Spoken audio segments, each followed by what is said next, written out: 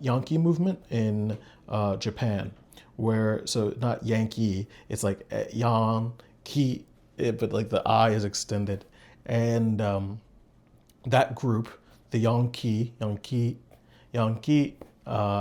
were a conglomeration of American greaser style and kind of imagery from the Axis powers of World War II. So the Japanese Imperials, the Nazis with like a biker gang called themselves the Hitlers, apparently. And this was another version of self-affiliation. This was a group of people who considered themselves delinquents, who considered themselves bikers, who considered themselves removed from a certain part of society, who chose actively to show that by kind of merging these styles together, dressing in a certain way, acting in a certain way. And we saw this with the Bososo gang. We saw this with the Miyuki Dori, where people will kind of dress in a certain way and act in a certain way. They'll read a certain magazine like Men's Club or Popeyes that tells them to be a certain way, and then they become that.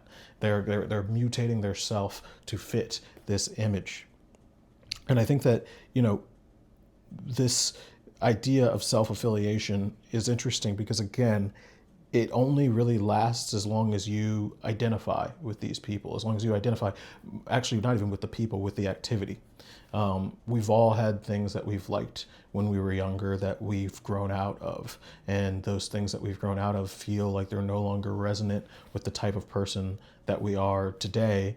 But by extension, we must also understand that there are things that we think of today that won't be resonant with how we feel about ourselves in the future. So being able to almost understand that self-affiliation has an expiry date is, I think, an important part of joining any kind of group or any kind of ideology, is understanding that ideologies expire with the people who believe them.